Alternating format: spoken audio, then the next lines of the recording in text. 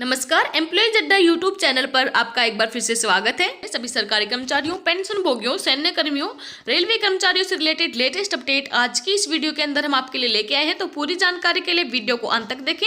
Video अगर आपको valuable लगे तो अपने दोस्तों के साथ जरूर शेयर करें। ज्यादा समय न लेते हुए चलिए आज की हमारी पहली वीडियो शुरू करते हैं। तो आज की हमारी पहली वीडियो आप यहाँ पर देख पा रहे हैं। अर्धसैनिक बलों के हजारों रिटायर्ड जवानों ने केंद्र सरकार के खिलाफ जंतर मंतर पर किया प्रदर्शन। जी हाँ, पैरामेट्रिक देश की प्रथम रक्षा पंक्ति की मांगे सरकार पूरी करे। सेना जैसी पेंशन, ओआरओपी, एनएफयू, सीएसडी और ईसीएचएस जैसी सुविधाएं मिले, इसको लेकर अर्धसैनिक बलों के हजारों रिटायर्ड जवानों ने रविवार को दिल्ली के जंतर मंतर पर विरोध दिवस बनाया है। जवानों ने भी कहा है कि अगर केंद्र सरकार अर्धसैनिक बलों के जवानों की ओआरओपी और पुरानी पेंशन बहाल नहीं की तो मौजूदा बीजेपी सरकार को आम चुनाव में हम सबक सिखाएंगे। जवानों ने सरकार से मांग की है अर्धसैनिक बलों के जवानों की ओआरओपी और पुरानी पेंशन बहाल मौजूद सरकार जल्द करे। अर्धसैनिक बलों के रिटायर्ड जवानों की मांग है कि जब वो काम सेना के जवानों की तरह करते हैं तो फिर उन्हें सैलरी, सम्मान, सुविधाएं सेना के जवानों की तरह क्यों न मिले। चीन और पाकिस्तान की सरहद से लेकर देश के भीतर आतंकी और नक्सली से अर्धसैनिक बलों के जवान ही लड़ते हैं। इनकी मांग है कि सेना की तरह उन्हें भी वन रैंक वन पेंशन दी जाए। 2004 से बंद की गई पेंशन नीति को फिर से बहाल किया जाए। कठिन हालत में तैनात जवानों को पैरामिलिट्री स्पेशल पे दी जाए। एक सर्विसमैन का स्टेटस दिया जाए। सीजीएचएस डिस्पेंसरी की सुविधा हर जिले में दी जाए और सेना की तरह ही कैंटीन में रियायत दी जाए। अर्धसैनिक बलों के इन जवानों की शिकायत है कि सरकार उनके साथ लगातार भेदभाव कर रही है। जवानों को शहीदों का दर्जा भी नहीं दिया जाता है। अर्धसैनिक बलों के इन जवानों की शिकायत है कि सरकार लगातार उनके साथ भेदभाव किए जा रही है। Confederation of paramilitary force welfare association के महासचिव रणवीर सिंह का कहना है, क्या हम मरेंगे तभी सरकार हमें पेंशन देगी, जिंदा जवानों को भी पेंशन दो। रणवीर ने कहा कि हमने तो सारे राजनीतिक दलों को कह दिया है कि आप अपने घोषणा पत्र में अर्धसैनिक बलों की मांगों को शामिल करो तो तब ही हम आपका समर्थन देंगे, नहीं तो हम विरोध करेंगे। अर्धसैनिक बलों की खराब हालत किसी से छिपी नहीं है।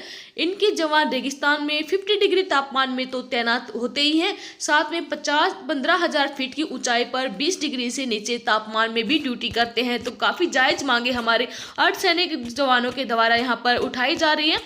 आगे बढ़ते हैं आज की हमारी नेक्स्ट अपडेट की तरफ। आज की जो हमारी नेक्स्ट अपडेट है वो हमारे ईपीएस 95 के पेंशन भोगियों के लिए है। जी हाँ, देश भर के ईपीएस 95 के पेंशन धारक पेंशन में बढ़ोतरी के लिए बुधवार को जंतर मंतर पर धरना प्रदर्शन कर रहे थे और पीएमओ तक मोर्चा निकालकर प्रधानमंत्री कार्यालय के अधिकारियों को प्रधानमंत्री के नाम ज्ञापन भी सौंपा गया।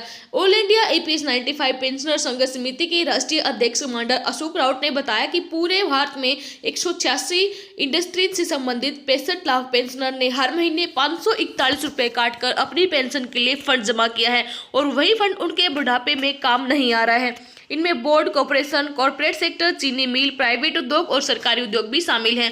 उन्होंने कहा, एक तरफ सरकार पीएम श्रम योगी मानधन योजना में 100 रुपए महीना देने वालों को 30 साल के बाद 3,000 रुपए पेंशन देती है। हमने 541 रुपए औसतन 30 साल काम करके दिए हैं, तो हमें उस हिसाब से तो पेंशन मिलनी ही चाहिए। सरकार के पास इन लोगों के 20 लाख रुपए पेंशन फंड में जमा है, लेकिन इसके बावजूद सरकार उन्हें केवल 200 से 2,500 रुपए पेंशन दे रही है। इतने कम पैसे में महीने भर गुजारा करना मुश्किल है। सरकार 40 लाख पेंशनर को 1,500 रुपए प्रति महीने से भी कम दे रही है। राउत ने बताया कि अगर सरकार ने हमारी मांगे 10 मार्च तक नहीं मानी तो 15 मार्च से देश भर में रेल रोको आंदोलन चलाने पर मजबूर होंगे। कमांडर अशोक राउत नेवी से रिटायर हुए हैं, अब उनके बेटे सेना में शामिल होकर देश की सेवा कर रहे हैं। तो हमारे यहाँ पर ईपीएस 95 की पेंशनर संघर्ष समिति ने ऐलान किया है कि अगर 10 मार्च तक उनकी सारी मांगे पूरी नहीं होंगी तो 15 मार्च से भारत के प्रमुख रेल मार्गों पर आंदोलन करने को वो मजबूर हो जाएंगे। रेल रोको आंदोलन उत्तर भारत में ग्वालियर, पूर्व भारत में कोलकाता, पश्चिमी भारत में भुसावल और दक्षिणी भारत में बंगलुरु में किया जाएगा। इससे पहले लाखों पेंशन धारक राष्ट्रपति को इच्छा मृत्यु की अनुमति देने के लिए पत्र लिख चुके हैं। राउत जी ने बताया कि 1 साल के भीतर 1 से 2 लाख पेंशन भोगियों की मौत भी हो चुकी है, लेकिन सरकार उनकी समस्याओं की तरफ कोई ध्यान नहीं दे रही है।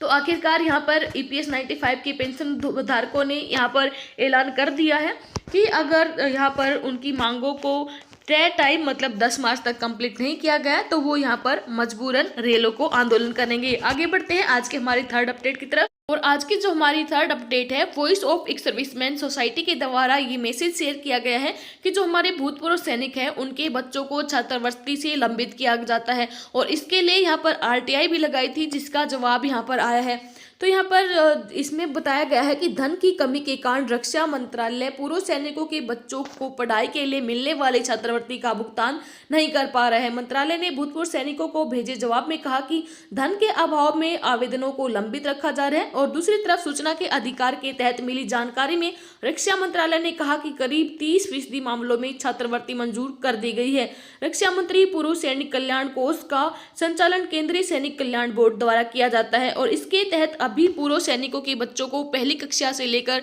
स्नातक तक प्रति माह 1000 रुपए की छात्रवृत्ति दी जाती है। और ये योजना 1981 में शुरू की गई थी, तब यहाँ पर 15 रुपए प्रति माह दिए जाते थे, लेकिन अब योजना धन की कमी से जूझ रही है। इस मामले पर पूर्व सैनिक वीर बहादुर सिंह द्वारा दायर आरटीआई के जवाब में केंद्रीय सैनिक कल्याण बोर्ड ने कहा कि वर्ष 2017 से 18 के दौरान यहाँ पर 78,159 आवेदक छात्रवृत्ति के लिए प्राप्त हुए हैं। इनमें से 23,379 आवेदनों को स्वीकार किया गया है। जो आवेदन स्वीकृत हैं उनमें 34,694 बच्चों को लाभ मिला है और वर्ष के दौरान कुल यहाँ पर आप देख पर 4,16,33,200 की राशि भुगतान हुई है।